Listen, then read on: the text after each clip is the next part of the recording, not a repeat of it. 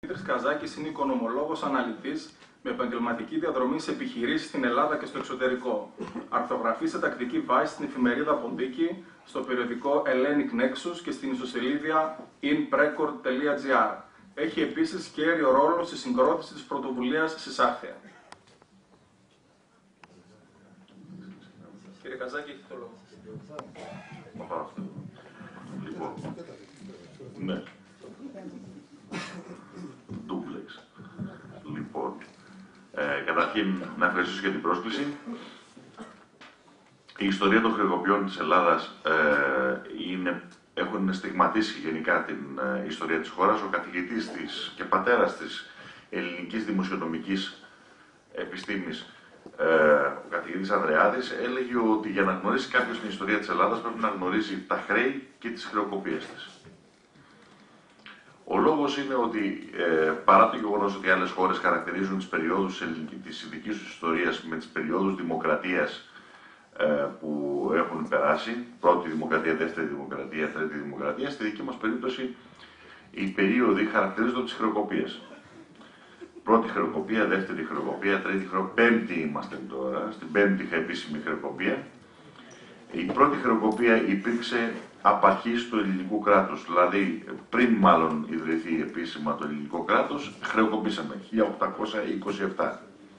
Ανακοινώνεται η επίσημη χρεοκοπία του Ελληνικού, πρώτη επίσημη ελληνική χρεοκοπία, με λίγο πριν να αναλάβει ο πρώτος κυβερνήτης της ελεύθερης Ελλάδας, ο Καποδίστριας, ο οποίος έβαλε και ενεχειρίασε την προσωπική του περιουσία προκειμένου το Δημόσιο Ταμείο της χώρας να αποκτήσει τα ελάχιστα που χρειαζόταν για να μπορέσει να συνεχίσει, να μπορέσει να υπάρξει δηλαδή σαν επίσημο κράτος.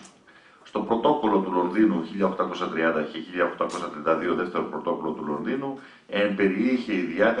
περιείχε διατάξεις που αφορούσαν την άμεση παρέμβαση των μεγάλων δυνάμεων, εγκύτριων και προστάτητων δυνάμεων του ελληνικού κράτους, ώστε δημοσιονομικά να ελέγχεται το ελληνικό κράτος έτσι ώστε να πληρώνονται τα χρέη του.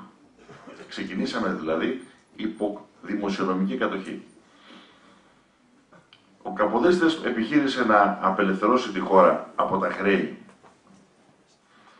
τα χρέη της με δύο τρόπους. Πρώτον, προσπάθησε να οικοδομήσει ένα αυτοδύναμο ελληνικό κράτος χωρίς τοποτηρητές ξένων συμφερόντων, δεν ήθελε τη μοναρχία.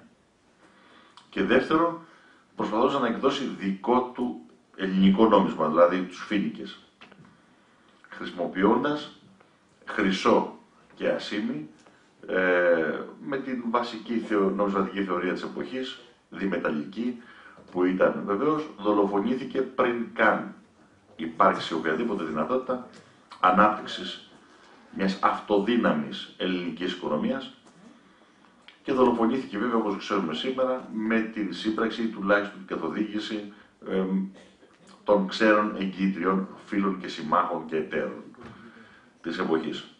Από εκεί και πέρα εγκαθιδρύεται η Βαβαροκρατία. Η Βαβαροκρατία, όπως πολύ ωραία χαρακτήρισε ο ίδιος ο λαός την εποχή εκείνη, ξένια ακρίδα, λαιλάτισε τον τόπο και φυσικά τον οδήγησε στη δεύτερη χρεοκοπία στην ιστορία, στα 1843. Επειδή λοιπόν χρεοκοπήσαμε για δεύτερη φορά, οι μεγάλες δυνάμεις φρόντισαν φυσικά να ανακάμψουμε. Πώς?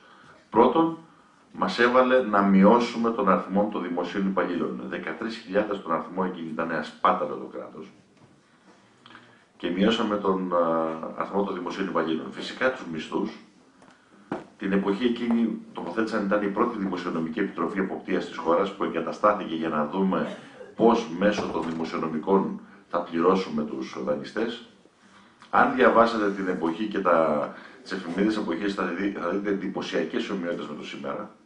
Μάλιστα, ένας από τους πιο σημαντικούς οικονομολόγους εποχής και ανεξάρτητος ως προς την κατάσταση στην Ελλάδα, Αμερικανός στην καταγωγή, έχει γράψει ένα πολύ ωραίο σύγγραμμα για την Ελλάδα της εποχής του 1860 με 1870 και έλεγε χαρακτηριστικά, λέει, έλεος, τι κάνετε σε αυτή τη χώρα, το μόνο που ξέρει αυτή η χώρα είναι έξωθεν επιβαλλόμενη λιτότητα η οποία επιβάλλεται συστηματικά σε ένα κράτος το οποίο δεν έχει πόρους, τους έχει εξαντλήσει κάθε πόρο, δεν της επιτρέπουν οικονομική αυτοδυναμία ώστε να μπορεί να αναπτυχθεί και το μόνο που γνωρίζουν οι Έλληνες είναι η απέραντη φτώχεια. Αυτά γράφτηκαν για την Ελλάδα του 1843 με 57, που θα μπορούσαν κάλλιστα να είχαν γραφτεί και το σήμερα. Και την ίδια ώρα βέβαια, οι οικονομολόγοι, οι μελετητές της εποχής εκείνης που επισκέπτονταν την Ελλάδα να δουν τι συμβαίνει σε αυτή τη χώρα ή περιέγραφαν την κατάσταση εκείνης της εποχής, έλεγαν ότι πώς είναι δυνατόν δανειστές που αντιμετώπισαν την Ελλάδα και τον ελληνικό λαό της εποχής εκείνης με τον χειρότερο δυνατό τρόπο, κερδοσκόπησαν σε βάρος του και επέβαλαν μορφές δανεισμού οι οποίες πραγματικά ήταν εντελώς καταχρηστικές ακόμη και για εκείνη την εποχή, πώς συμπεριφέρονταν έτσι στον ελληνικό λαό. Μας δάνειζαν, ο τρόπος δανεισμού ήταν από τότε μέχρι σήμερα ο ίδιος. Δηλαδή, πρώτον, για να μας δανείσουν, έπρεπε να μας δανείσουν με τη μορφή του δανεισμού υπό το άρτιο. Υπό το άρτιο δανεισμός είναι όταν ο δανειστής, μάλλον ζητάς ένα δάνειο από τον δανειστή σου, ο δανειστής σου λέει ναι, πόσα θέλεις, 1 εκατομμύριο ας πούμε χρυσές λίρες, ωραία. 1 εκατομμύριο χρυσές λίρες, αλλά δεν θα σου δώσω όλο το κεφάλαιο, δεν θα σου εκταμιεύσω ολόκληρο το κεφάλαιο, θα σου εκταμιεύσω ένα ποσό από αυτό το κεφάλαιο και το υπόλοιπο θα το παρακρατήσω προκειμένου να έχω μία εξασφάλιση, μία εγγύηση, γιατί εγώ εκτιμώ ότι είσαι μπαταξής. Και τα δάνεια, παράδειγμα, της ανεξαρτησίας, στα οποία οφείλονται τα λεγόμενα δάνεια της ανεξαρτησίας, αυτά τα χαρακτήρισαν έτσι πολύ αργότερα, στην πραγματικότητα ούτε δάνεια ήταν, ούτε για την ανεξαρτησία της χώρας πήγαν. Το υπό το άρτιο ήταν 50%, δηλαδή μας εκταμείευσαν το 50% του αρχικού κεφαλαίου. Φυσικά το πόσο έφτασε τελικά στο Δημόσιο Ταμείο είναι κάτω από το 10% του αρχικού κεφαλαίου, διότι τα δοσήματα, ξέρετε, δεν είναι παλιά ασθένεια. Λοιπόν, φυσικά τα πληρώναμε μέχρι και τη δεύτερη και την τρίτη χρεοκοπία του ελληνικού κράτους, τα 1893, όπου φυσικά μετά την δεύτερη μάλλον χρεοκοπία του 1843 και την Επανάσταση, το ζήτησαν 3 Σεπτεμβρίου του 1843 που ζήτησαν σύνταγμα από τον Όθωνα, ουσιαστικά απαλλαγήκαμε από τη δεύτερη χρεοκοπία στα 1862, όταν ο ελληνικός λαός είχε τη δική του Οκτωβριανή Επανάσταση. Οκτώβρης του 1862 εξεγείρεται ο ελληνικός λαός και διώχνει το καθεστώς κατοχής, γιατί οι ξένοι, αφού οι μεγάλες δυνάμεις εκείνες, οι φίλοι, σύμμαχοι και εταίροι, αφού προσπάθησαν να εξαντλήσουν κάθε πόρο από την ελληνική οικονομία και παρενέβαιναν συστηματικά στα δημοσιονομικά της χώρας, πια δημοσιονομικά δηλαδή, αυτά που υπήρχαν σε αυτό το εξαθλιωμένο λαό και σε εξαθλιωμένο κράτος, είδαν και απόειδαν, είδαν επιπλέον ότι ο ανεξάρτητος χαρακτήρας και φιλελεύθερος χαρακτήρας του ελληνικού κράτους δεν μπορούσε να πτωηθεί και πολύ απλά επέβαλαν καθεστώς κατοχής στα 1855, έρχονται, αποβιβάζονται εδώ στην Ελλάδα, στον Πειραιά, αγγλογαλλικές δυνάμεις, 15.000 πεζοναύτες, οι οποίοι εφαρμόζουν την πρώτη κατοχή του ελεύθερου κράτους. Πρώτη επίσημη κατοχή, η δυστυχία του ελληνικού λαού ήταν τέτοια που έφτασε, μάλιστα ένα πολύ χαρακτηριστικό ιστορική λεπτομέρεια της εποχής είναι το ξέσπασμα της χολέρας, που ήταν αποτέλεσμα της πρώτης κατοχής.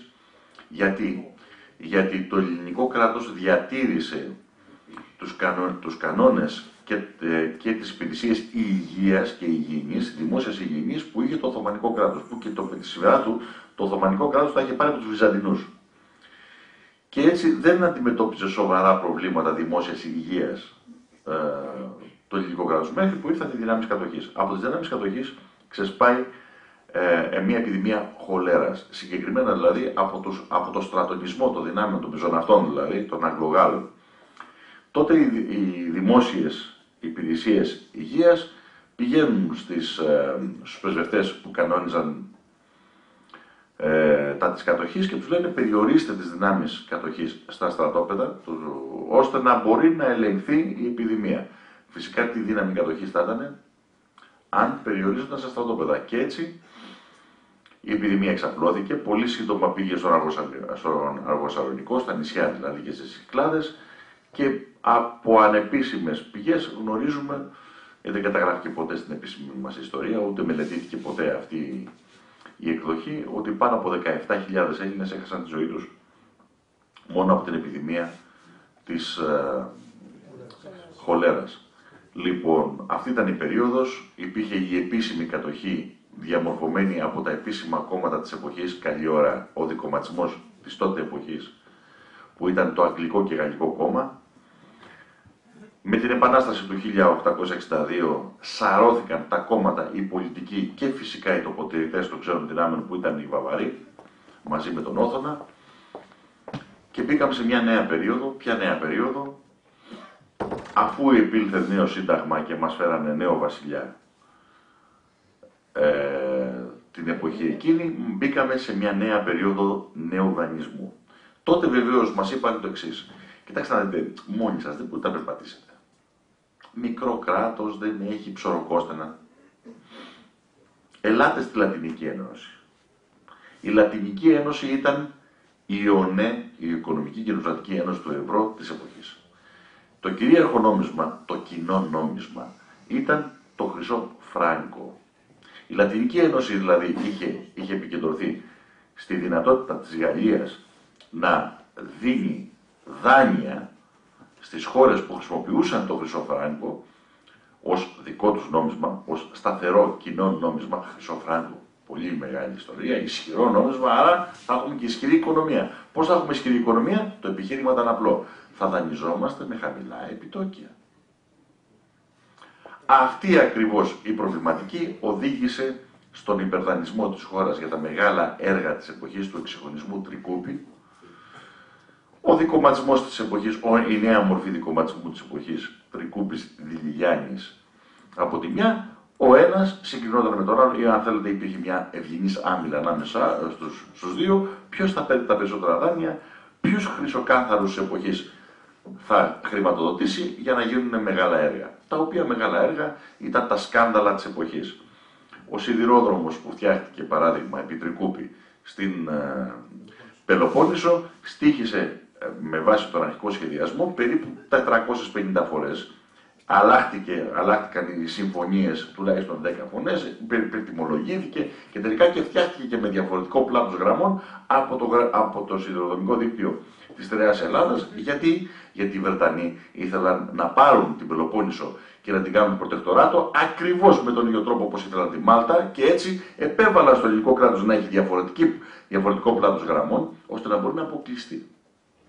Να κλείσει δηλαδή στον ισθμό και να απομονωθεί. Είναι το περίφημο σχέδιο περί αυτόνομου βασιλείου της Πελοποννήσου στα 1867.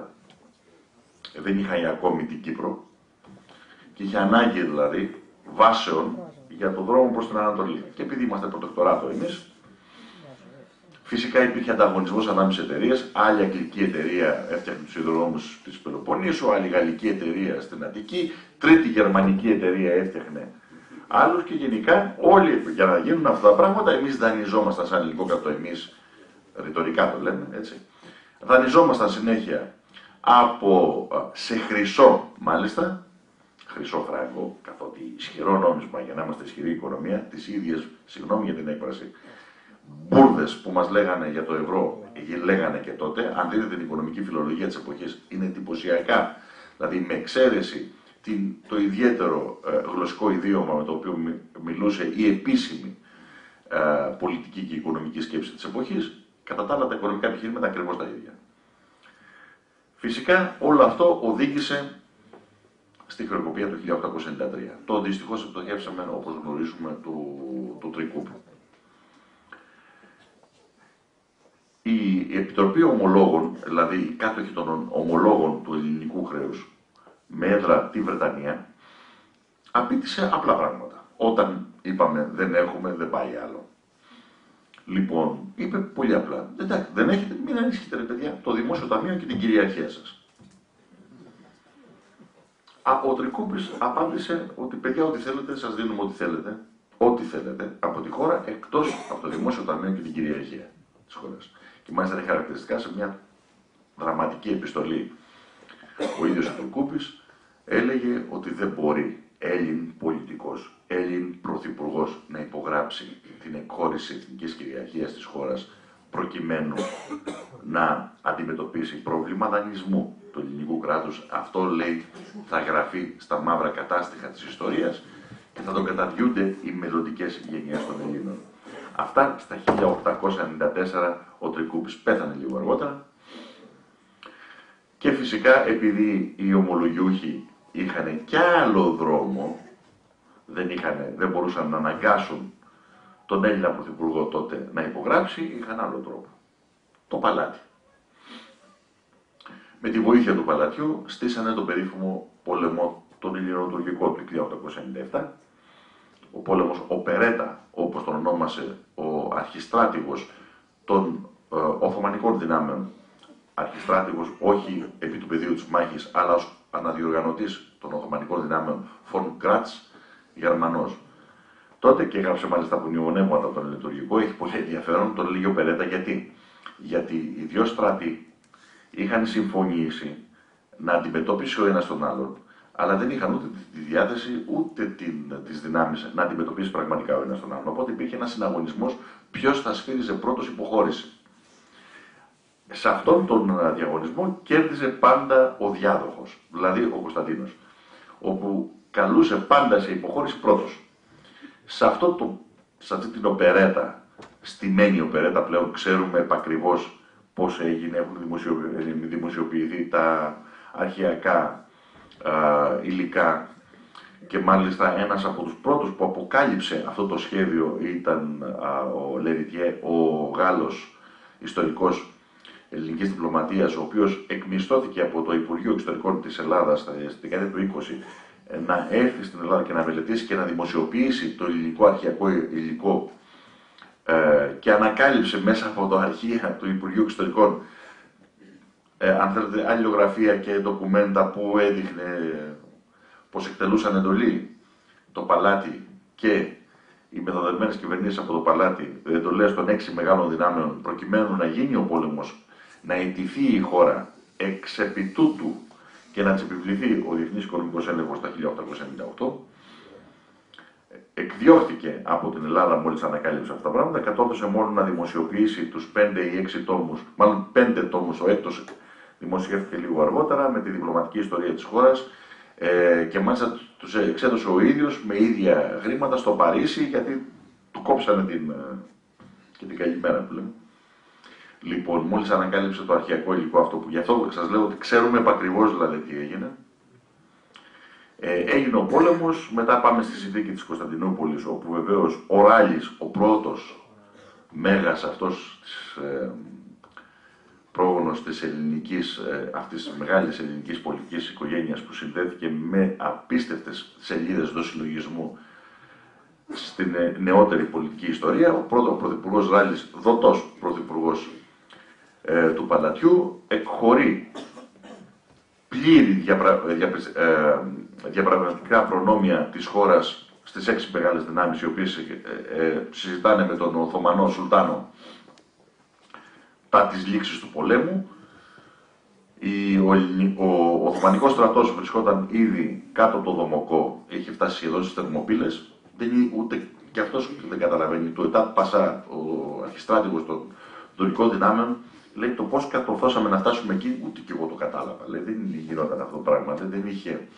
Τέλος πάντων, για να σας δείξω αυτό που ονόμασε ο Γερμανός στρατηγός Οπερέτα. Από εκεί και πέρα συμφωνείται στη συνθήκη της Κωνσταντινούπολης ερήμην της Ελλάδας να πληρώσει ένα απίστευτο ποσό του πολεμικών αποζημιώσεων στο Οθωμανικό κράτος, το οποίο βεβαίως πρόσχαρα οι 6 μεγάλες δυνάμεις μας το δανείσανε και φυσικά σε χρυσό νομίζω πάνω από 6 εκατομμύρια χρυσές λίρες τότε ήταν αυτό και φυσικά μέσα στην συνθήκη αυτή επιβάλλεται ο Διεθνής Οικονομικός Έλεγχος το 1898 και επειδή πείραζε λιγάκι τον ελληνικό λαό να λένε Διεθνής Οικονομικός Έλεγχος, το ονομάσανε Διεθνής Οικονομική Επιτροπή. Στη σύμβαση που επιβλήθηκε, έχει πολύ μεγάλο ενδιαφέρον, ονομάζεται Επιτροπία Τεχνικής Βοήθειας προς το ελληνικό κράτος. Φυσικά το πόσο ήταν τεχνικής βοήθειας το ξέρουμε από την ιστορία, παρενέβαινα ακόμη και το πώς θα ποιος τελώνης θα γιατί έλεγχε τα τελωνία και τα κρατικά μονοπόλια. Αυτές ήταν εναλλαστικές δαπάνες που είχε δεσμεύσει ο Διεθνής Οικονομικός Έλεγχος για να παίρνει τα λεφτά. Επειδή όμως στα χρόνια που ακολούθησαν το ελληνικό δημόσιο, καθότι δεν είχε χρήματα, ούτε εύκολα μπορούσε να δανειστεί σε χρυσό για να μπορέσει να έχει σταθεροποίηση στους άλλους, άλλωστε το λιλατούσε ο Διεθνής Οικονομικός Έλεγχος, δεν είχε ούτε καν σταθερά έσοδα. Ο Διεθνής Οικονομικός Έλεγχος επινόησε νέο σχήμα και λέει το εξής. Λέει, προκειμένου να σταθεροποιηθεί η οικονομία, πρέπει πρώτα να σταθεροποιήσουμε το νόμισμα. Πώς θα το σταθεροποιήσουμε το νόμισμα? Θα βάλουμε το χρυσό κανόνα στη δραχμή και επινόησε τη χρυσή δραχμή. Γιατί και τότε μας λέγανε το ίδιο παραμύθι που μας είπαν και σήμερα. Να έχεις σταθερό νόμισμα, ισχυρό νόμισμα είναι προϋπόθεση του να έχεις σταθερή οικονομία. Παραμύθια. Όποιος έχει στοιχειώδη γνώση από τα δημόσια οικονομικά είναι ακριβώς το ανάποδο. Ισχύει.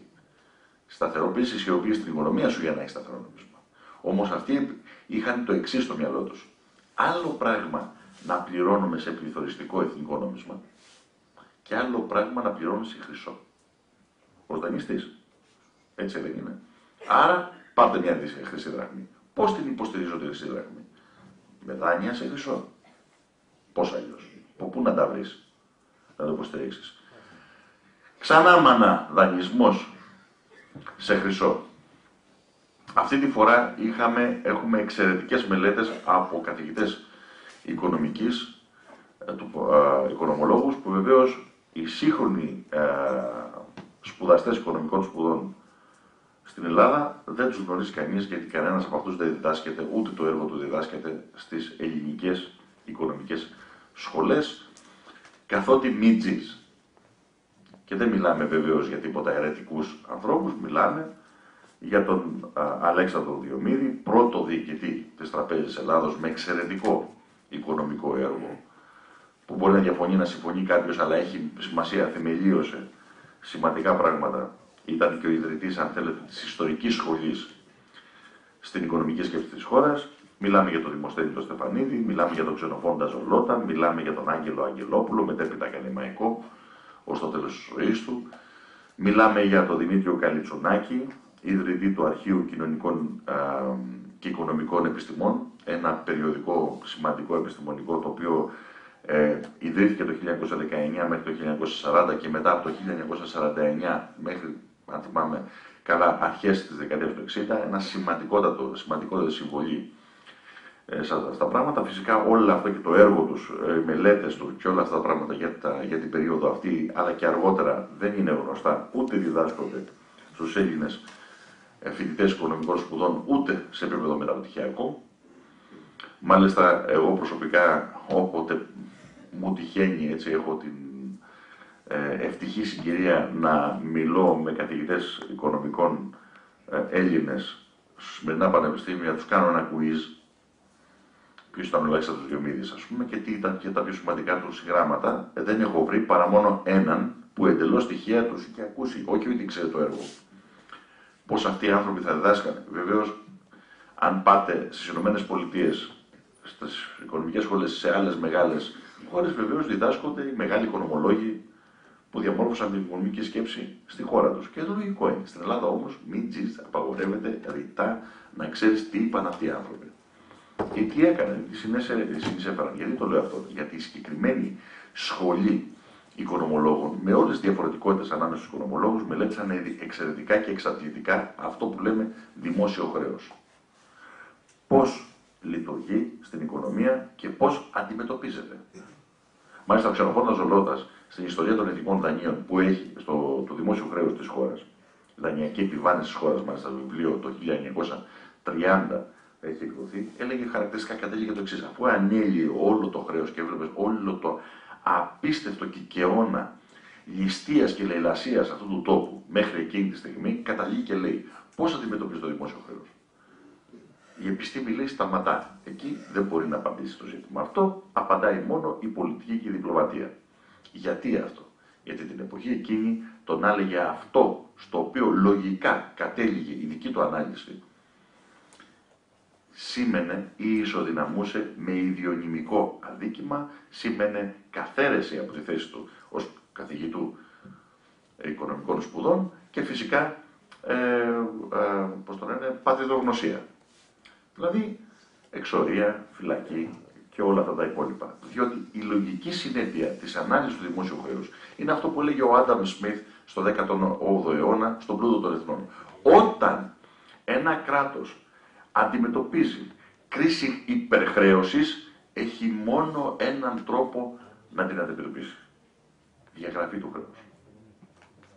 Είναι αυτό που έλεγε ο Χόμπς νωρίτερα, το οποίο παπαγάλισε ο Ανδρέας Παπανδρέου χωρίς να το ξέρει, γιατί άλλος του γράφει τις ομιλίες στο τέλος της δεκαετίας του 80, ή το έθνος τρώει το χρέος, σβήνει το χρέος, έλεγε συγκεκριμένα ο Χόμπς, ή το χρέος σβήνει το έθνος. Αυτό ήταν κάτι το οποίο το έλεγε ο Χόμπς το 18ο αιώνα. Για το βρετανικό χρέος βεβαίως. Λοιπόν, η χρεοκοπία, η κατάσταση αυτή, συν το γεγονός ότι η Ελλάδα μπήκε σε πολεμικές περιπέτειες από το 1912 μέχρι το 1922, 10 χρόνια συνεχώς πολέμων, καταλαβαίνετε καταστροφή τι έγινε. Παρεμπιπτόντως, εδώ μια και συζητάμε για αυτή την περίοδο, αξίζει τον κόπο να θυμίσουμε ότι το 1915 το ελληνικό κράτος, αμέσως μόλις μετά την απελευθέρωση των νέων χωρών, δηλαδή των περιοχών δηλαδή, που ήταν υπό Οθωμανικό ζυγό, αμέσως λίγο μετά, διαιρείται κάτω από την πίεση και την επέμβαση των μεγάλων δυνάμεων της Αντάντ, καταλαμβάνεται η Θεσσαλονίκη και ορίζεται κυβέρνηση της Δημοκρατικής Αμήνης. Ο στόχος βεβαίως, σαν αντάλλαγμα της κατοχής των νέων χωρών υπό το δυνάμεων της Αντάντ για να βάλουν την Ελλάδα έστω και με τη βία στον Πρώτο Παγκόσμιο Πόλεμο, ήταν δύο υποσχέσεις. Το πρώτο ήταν συμμαχικές πιστώσεις. Θα τα δώσουμε ρε παιδιά λεφτά για να μπορείτε να νοικοδομήσετε τη χώρα σας. Πιστώσεις. Και δεύτερο, ότι θα ήμασταν μέρος των πολεμικών αποζημιώσεων που θα ζητούσαν από τις κεντρικές αυτοκρατορίες μετά το δεύτερο Παγκόσμιο Πόλεμο. Τήρησαν καμία από τις υποσχέσεις αυτές? Όχι. Οι μεν συμμαχικές πιστώσεις, όσες δόθηκαν που δεν δόθηκαν όλες, μετατράπηκαν σε χρέος μετά το δεύτερο Παγκόσμιο Πόλεμο. Σας είπαμε πιστώσεις, κάναμε λάθος. Δάνειο ήταν. Και με επιτόκιο βαρβάτο. Και το δεύτερο είναι ότι ποτέ η Ελλάδα δεν δικαιώθηκε, αν και της επιδίκασε η συνθήκη των Βερσαλιών το 19, αποζημιώσεις από τις κεντρικές αυτοκρατορίες, δεν τις πήρε ποτέ. Όπως ακριβώς και οι πολεμικές αποζημιώσεις απέναντι στην ναζιστική Γερμανία που ακόμη τις κυνηγάνε. Το ίδιο πράγμα. Λοιπόν, φυσικά αυτό δεν αντέχει για πολύ. Αυτό το πράγμα, το σύστημα δηλαδή συνεχού δανεισμού σε κλεισμένη, περιορισμένη, εξαρτώμενη οικονομία από ένα ισχυρό νόμισμα όπως ήταν η Βρετανική χρυσή λίρα, πάνω στο οποίο είχε κλειδωθεί η δραχμή, και καταραίει η οικονομία στα 1932. Βεβαίως, η παγκόσμια οικονομική κρίση δεν μπορούσε να αναλυστεί εκ νέου και καταραίει αυτή η ιστορία. Μάλιστα, η κατάρρευση του 1932 μοιάζει πάρα πολύ, έχει πάρα πολλά κοινά κοινωνικοπολιτικά και οικονομικά στοιχεία με τη σημερινή εποχή. Μας είχαν επιβάλει διπλό έλεγχο, χώρια τη διεθνή οικονομικό έλεγχο, που παραμένει ο διεθνής οικονομικός έλεγχος. Έκλεισε τα γραφεία του το 1973, αν θυμάμαι καλά, ή 1975, με τη μεταπολίτευση, αλλά διαγράφηκε από το μητρό του χρηματιστηρίου στα 1993. Και το πληρώναμε μέχρι τη δεκαετία του 50. Πληρώναμε οι παλιότεροι. Βεβαίως θα θυμούνται εκείνη την ειδική ταινία που επάνω στο αλάτι, στα σπίρτα και όλα αυτά, πράγματα που πήγαινε υπέρ του διεθνούς οικονομικού έλεγχου.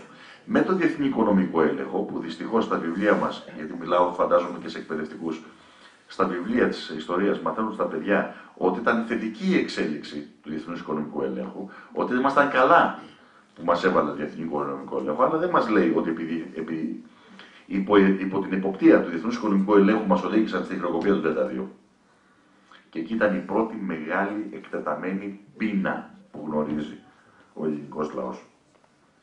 Όποιος ξεφυλίσει εφημερίδες εποχής θα δει φουρκισμένους νέους σπουδαστές και φοιτητές στα άλση των μεγάλων πόλεων που φουρκίζονταν γιατί δεν υπήρχε τα μέσα προς το ζήν, δεν μπορούσε να ζήσει. Και αδυνατώντας έδιναν τέλος στη ζωή τους. Επειδή το ελληνικό κράτος και τότε λέγανε είναι μεγάλο και σπάταλο, 57.000 δημόσιους υπαλλήλους είχε, τους ανάγκασαν να πάνε σε απογραφή, δεν ξέρανε λέει πόσους είχαν, και έπρεπε να το απογραφή ξανά, τα ίδια αυτό, και να απολύσουν τους μισούς. Κλείσαν τα μισά γυμνάσια, δεν είχαν λεφτά, έπρεπε να πληρώσουν τους τοκογλύφους. Τους οδήγησαν σε απίστευτη λιτότητα, καταργώντας ακόμη και το νεοσύστατο Ταμείο Ανεργίας που είχε ιδρύσει ο ίδιος ο Βενιζέλος το 1915, οδηγώντας τεράστιες μάζες ανέργων να ζουν από συσίτια και φιλανθρωπικά σωματεία τα οποία έκαναν ειδικές προσπάθειες για να συντηρήσουν τον κόσμο που ήταν σε πλήρη ανέχεια, εκποίησαν το σύνολο της δημόσιας και εθνικής περιουσίας σε μεγάλες πολυεθνικές, η Powers, ας πούμε, για παράδειγμα, που είχε πάρει την ηλεκτροδότηση της χώρας και ταυτόχρονα είχε πάρει και τους ηλεκτρικούς σιδηροδρόμους, τα τραμ, ιστορίες και όλα αυτά τα πράγματα. Ή η Foundation που είχε πάρει την κοπαΐδα και όλη την άρδευση το σύνολο των νερών. Και φυσικά την εποχή αυτή υπογράφεται και η λεγόμενη σύμβαση Κούπερ. Δηλαδή με την Coopers, πολυεθνικοί Coopers, οι οποίοι παίρνουν το ιδιωτικό δυναμικό της χώρας, μάλιστα συνολικά τον αχελώο, αλλά και τον ορυκτό πλούτο της χώρας, και φυσικά μετά την χρεοκοπία του 1932 ακολουθούν συστηματική προσπάθεια να έρθει ο τοποτηρητής των ξένων συμφερόντων της χώρας, που ήταν ο βασιλιάς Γεώργιος Β. Φαντάζομαι γνωρίζετε ότι είχε διωχθεί μετά την καταστροφή του 1922 και είχε γεννηθεί το πρώτο δημοκρατικό σύνταγμα της χώρας, το πιο δημοκρατικό σύνταγμα που έχει γνωρίσει ο τόπος εκείνη την εποχή, και δεν εφαρμόστηκε ποτέ, διότι ο Ελευθέριος Βενιζέλος που κέρδισε τις εκλογές δεν φρόντισε ούτε καν να εφαρμόσει τις μεταβατικές διατάξεις του συντάγματος και να μπει σε εφαρμογή το σύνταγμα αυτό, το σύνταγμα Παπαναστασίου, όπως λίγος πολύ είναι γνωστό, και βεβαίως μας οδήγησε στη χρεοκοπία. Ο Ελευθέριος Βενιζέλος, βλέποντας τη χρεοκοπία αναπόφευκτη, ενώ πριν έλεγε ότι το βασικό του τελικό επιχείρημα ήταν το εξής: δεν μπορεί η μεγάλη σύμμαχος χώρα που τόσο πολλά έχει προσφέρει στον ελληνισμό να μας αφήσει να χρεοκοπήσουμε. Αυτή ήταν η Βρετανία. Καθότι ήμασταν κλειδωμένοι με το βρετανικό νομίσμα και ήμασταν υπό την εποπτεία της Τραπέζης της Ελλάδος, της Αγγλίας, η οποία δημιούργησε την Τράπεζα της Ελλάδος το 1928 κατ' εικόνα και ομοίωσή της. Και μάλιστα επειδή ήθελε μέσα από την κλωνοποίησή της με την Τράπεζα της Ελλάδος να συνεχίσει τον έλεγχο της ελληνικής οικονομίας ως προτεκτοράτου, τι έκανε? Δημιούργησε μια Τράπεζα της Ελλάδος, η οποία καταστατικά είναι ιδιωτική επιχείρηση, χωρίς κανέναν τρόπο το ελληνικό δημόσιο να αυξήσει τη μετοχική του συμβολή, είναι μόλις 6%, παραμένει μέχρι σήμερα τόσο. Και βέβαια, με βάση το καταστατικό της, δεν επιτρέπεται στο ελληνικό δημόσιο να έχει ούτε καν τη δυνατότητα ελέγχου στα βιβλία της. Αυτό το πράγμα το κάνανε γιατί η βασική μέτοχη εκείνης της εποχής ήταν ο κύριος Ρότσιλντ, J.P. Morgan, άλλος μεγάλος Αμερικανός χρηματιστής, και ο οίκος Χάμπρο. Δεν γνωρίζουμε τα μεγάλα πακέτα, τα τοντινά, τι έχουν γίνει σήμερα.